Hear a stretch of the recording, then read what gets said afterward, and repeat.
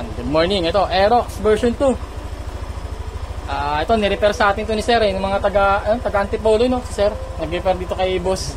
Kay Sir, Sir? Melvin ng, Pasig. Yan, nirepair sa atin si Sir, eh. Ito, lagyan natin ng PIA, tapos itong, AES. PIAS na, 60 watts dito sa Aerox version 2. Dito natin siya nilagay, yan. Lagyan natin ng stainless bracket, yan, kabilaan yan. Tapos, testing natin. Ito yung mga switch niya. Ito yung low, yan. Aternilyo po yan. Kaya kahit ano dyan, hindi masyadong gagalaw yan.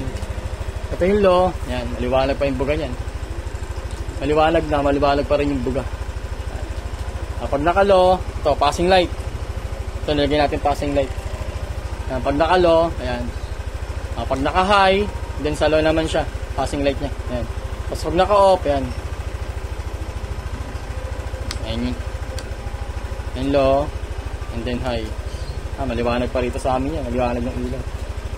Tapos sa busina, ito. Lagyan natin ng hollow switch.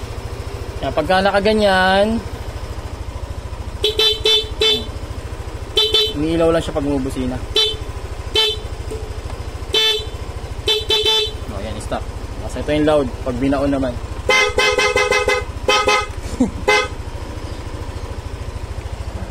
Lagyan natin. Solid. Ayan. Yung wirings natin, sir, okay naman, no?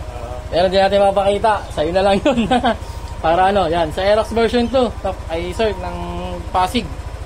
Ayan lang. Thank you.